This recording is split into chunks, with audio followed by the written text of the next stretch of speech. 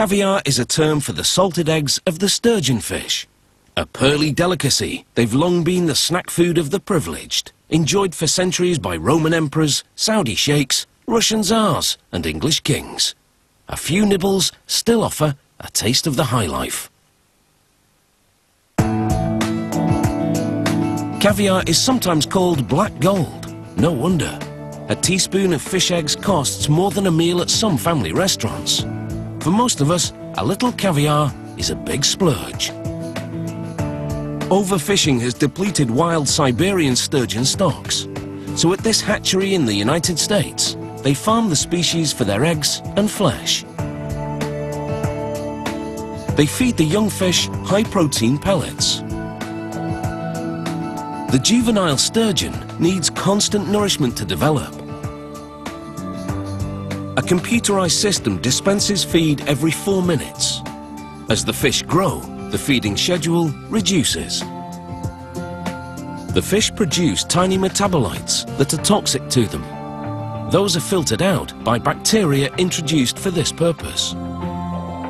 Staff routinely test the tank water to ensure the bacteria are doing their job.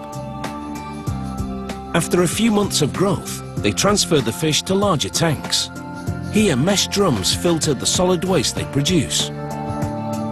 Pumps constantly circulate the water to move it through plastic nuggets that house the all-important filtering bacteria.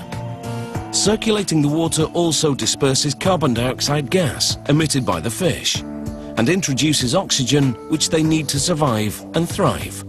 Molasses injected into the tanks is consumed by the beneficial bacteria, helping them to process the harmful metabolites produced by the fish. After 5 to 7 years of growth, the fish are at least a meter in length, and they should be full of eggs. Workers transfer them to tubs and mix in a gas to put the fish to sleep. Now sedated, the fish can be more easily handled and are taken to the ultrasound station. Using high-frequency sound waves, they probe the sturgeon's ovaries. This gives them a clear picture of her egg production. She should contain tens of thousands of eggs. If not, she'll go back into the tank to mature some more. But if she's ready, they'll harvest the ovaries. They clean the egg-laden ovaries and transfer them by the bagful to a chilled room with filtered air. This is just one of the Siberian sturgeon's 2 ovaries, and it's a massive row. Fish eggs that are about to become caviar. They're extremely fragile and need careful handling to separate them from the membrane. This worker gently rubs the eggs against the mesh screen.